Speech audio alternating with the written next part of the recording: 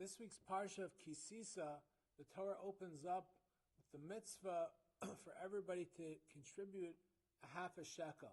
Now, one of the reasons why there was this directive to contribute a half a shekel was this was the way the census was conducted at that time. Every head of household contributed a half a shekel, and based on the amount of coins, we knew how many heads of households there were.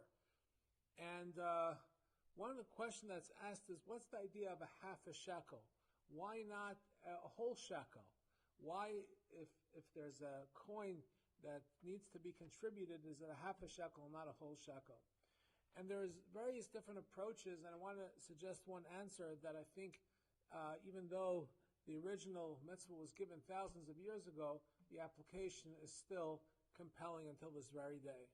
And that is that when you give a half a shekel, you have to realize there's another person giving another half a shekel. We realize we're just one part of a greater whole. That's the idea of community.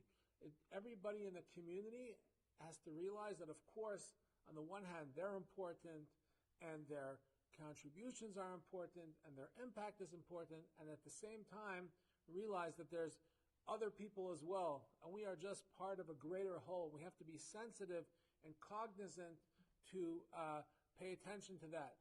And that existed in the time of the Mishkan over 3,000 years ago, and exists until this very day in the idea of community building, of building a kehillah. We have to realize that our involvements are so impactful, but at the same time to realize that we are just part of the greater kehillah and the greater Klal Yisrael. Have a wonderful Shabbos.